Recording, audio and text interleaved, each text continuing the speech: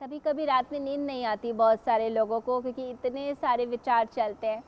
तो क्या होता है कि आपने पूरा दिन काम किया, अब कोई एक विचार या कोई एक जो चीज़ है, आपका जो कर्म है, जो काम आप कर रहे हैं, आप उसके लिए ऑब्सेस्ड हो गए, बहुत ज़्यादा उसकी चिंता कर रहे हैं, बहुत ज़्यादा सोच रहे हैं। अब बहुत चिंता करना, बहुत सोचने में क्या होता है, वो विचार की पकड़ बड़ी मजबूत हो जाती है और आप एक एंडलेस लूप में फंस जाते हैं, एक ऐसे दुष्ट चक्र में फंस जाते हैं। वो चक्र आपको गोल गोल घुमाता है। अब वो जो एंडलेस लूप बन गया, ऑब्सेसिव थिंकिंग है, वो थिंकिंग आपको ऊर्जा नहीं देती, वो आपकी ऊर्जा को ख़त्म करती है, बल्कि उसको सक करती है। तो ऊर्जा को देखा जाए ख़त्म करने का काम ये ऑब्सेसिव थिंकिंग करने लगती है। आप बहुत थकान महसूस करेंगे, आप थके थके फील करेंगे। ऐसा होता है जब कोई व्यक्ति ज़्यादा सोच लेता है तो ज़्यादा थक जाता है। तो ये ओवर थिंकिंग हमें बहुत ज़्यादा थका देती है। उस समय आपने क्या करना है, अपने मन को उस विचार से हटाने के लिए किसी हॉबी की तरफ, गार्डनिंग की तरफ, आपने रीडिंग है, राइटिंग है, डांसिंग है, म्यूज़िक है, उसकी तरफ अपनी उस विचारधारा को मोड़ देना है। यानी जो चल रहा था वहाँ से ध्यान हटाकर किसी और तरफ ध्यान लगा लीजिए, जो चीज़ आपको सुख देती है। यानी कोई पॉजिटिव हॉबी जिससे आपको आनंद भी मिले और मन थोड़ा शांत हो जाए, ये भी बहुत ज़्यादा ज़रूरी है। देखिए, मन को कंट्रोल करने के लिए मन को रिलैक्स करना ज़रूरी है। तो आप अपना ध्यान उस समय बेकार की बातों से हटाइए और अपनी हॉबी की तरफ लगाइए। और साथ में जो लोग बहुत ज़्यादा अपने काम में लगे रहते हैं, कुछ ना कुछ कर्म करते रहते हैं, तो फिर उस समय विचार थोड़े कम हो जाते हैं। तो जो खाली दिमाग होगा, शैतान का घर बोला जाता है। यानी आप ऐसे ही खाली बैठे हैं पूरा दिन, तो आप कुछ ना कुछ बेकार का सोचते रहेंगे।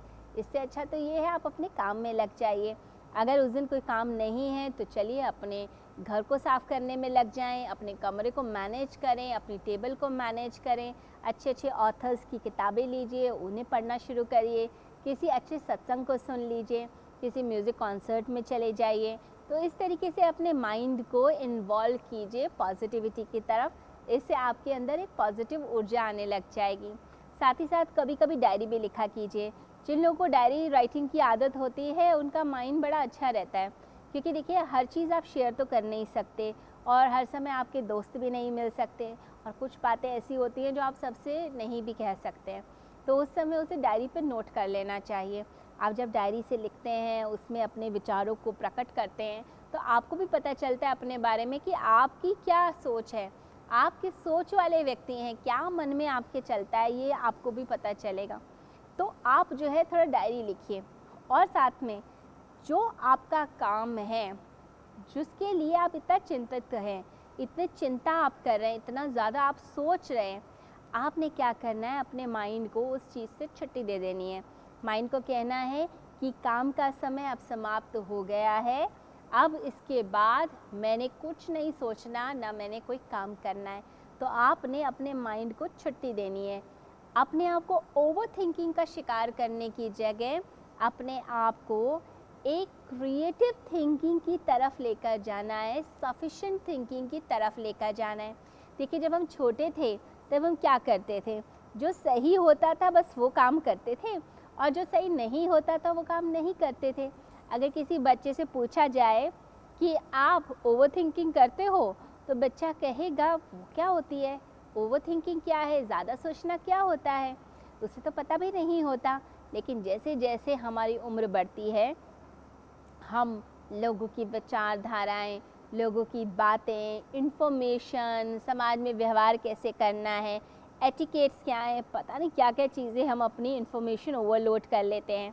अब ये सारी बातें जब मन में फंस जाती हैं हमारे, तो फिर हम हर चीज़ को इतना क्रिटिकली एनालाइज करते हैं, इतना सोचते हैं, इतना सोचते हैं। अब वो सोच जो है हमारे लिए परेशानी बन जाती है।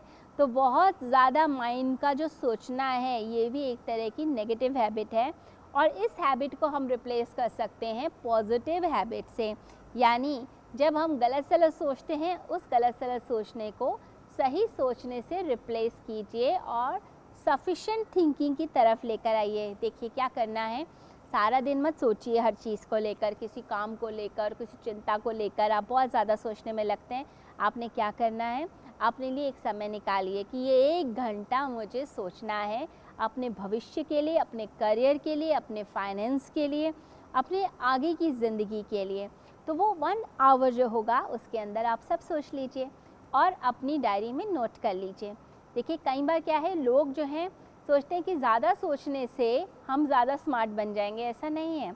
अगर आपके सामने एक एप्पल पड़ा है और एक बनाना पड़ा है, आप यही सोचने में टाइम वेस्ट कर रहे हैं कि मुझे क्या खाना चाहिए, फिर आप इंटरनेट पे जाकर उसकी रिसर्च करते हैं, फिर 20 वीडियोस देखते हैं, तो आप सोचते हैं मैं बहुत स्मार्ट हूँ, मुझे पता है इसका न्यूट्रिशन क्या है, क्या मुझे खाना चाहिए, क्या नहीं खाना चाहिए। आपने पूरा दिन वेस्ट कर दिया।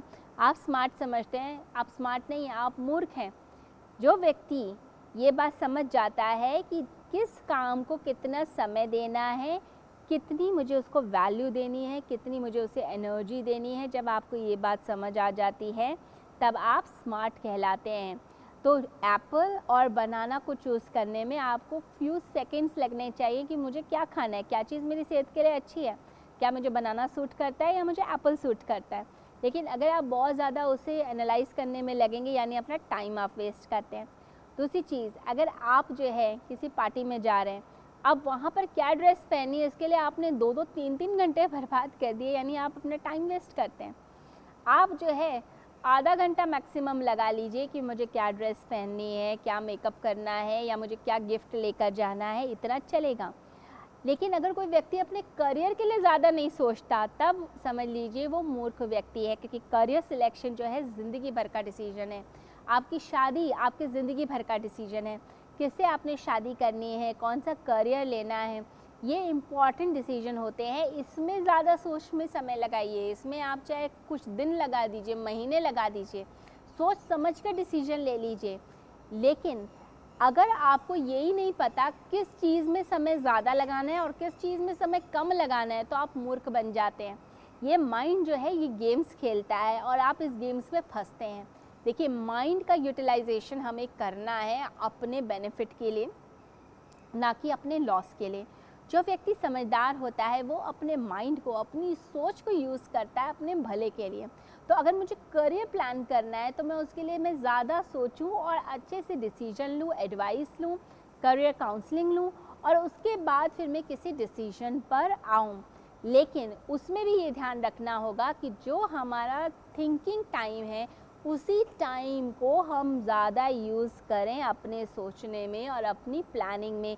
पूरा दिन ना बर्बाद करें और अपनी अप्रोच बनाइए कि हम सॉल्यूशन पे ज़्यादा ध्यान देते हैं, ना कि प्रॉब्लम पर। अगर आप अपनी प्रॉब्लम्स पे बहुत ज़्यादा ध्यान देने लग जाते हैं, आपका ध्यान सिर्फ प्रॉब्लम्स पे है, तो आप ज़्यादा फंसेंगे।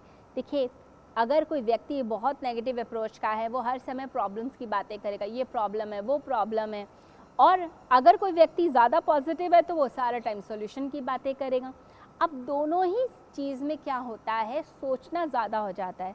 आपने इसे बैलेंस करना है और इसे बैलेंस करने का तरीका है ब्रेन डीक्लटरिंग टेक्निक। यानी आप जो भी प्रॉब्लम्स होती हैं उसे आप अपनी कॉपी पर लिख लीजिए, क्या प्रॉब्लम्स हैं आपकी लाइफ की। अब उन प्रॉब्लम्स का क्या सोल्यूशन आपको दिखता है वो भी लिखिए पेपर पर। और लिखना कब है, उसी थिंकिंग टाइम में जो आपने डिसाइड किया है। सपोज़ आपने शाम को 4 से 5 का टाइम डिसाइड किया है या मॉर्निंग का टाइम आपने 6 से 7 का डिसाइड किया है, उसी टाइम में ही आप ये सब करेंगे। तो आपने सोल्यूशन लिखा, अब सोल्यूशन में क्या पॉजिटिव है क्या नेगेटिव है, यानी मुझे फ़ायदा क्या होगा, नुकसान क्या होगा। अगर मेरा प्रॉब्लम है कि मेरा करियर अब मेरे को चॉइस करना है, मुझे क्या करना है, तो सोल्यूशन मैंने लिखा कि मैं डॉक्टर बन सकता हूँ, इंजीनियर बन सकता हूँ, मैं एक साइकियाट्रिस्ट बन सकता हूँ। तो आप जो प्रोफेशन चुन रहे हैं फिर उसमें लिखिए कि उसका फ़ायदा नुकसान क्या है। और एक बार डिसाइड कर लिया फिर कर्म पर चल पड़िए, कर्म कीजिए, उसके लिए मेहनत कीजिए। फिर दोबारा मुड़ के नहीं देखना है, फिर दोबारा नहीं सोच में पड़ जाना है। अगर फिर ज़्यादा सोच में पड़ गए तो मुश्किल हो जाएगी। जो व्यक्ति अपने मन के विचारों पर इस तरह से संयम करने लगता है, कंट्रोल करता है, अपने आप को समझदारी से निखार लेता है, वो सक्सेसफुल हो जाता है। और जो ऐसे ही ज़िंदगी को बिताता चला जाता है अपने इमोशंस पे, जिसका कोई कंट्रोल नहीं, कोई थॉट्स पे कंट्रोल नहीं, उसका जीवन दुख में ही रहता है। तो ये याद रखिए कि मन ही हमारे बंधन और मोक्ष का कारण है। इस मन को जहाँ लगा देंगे ये मन कमाल कर देगा।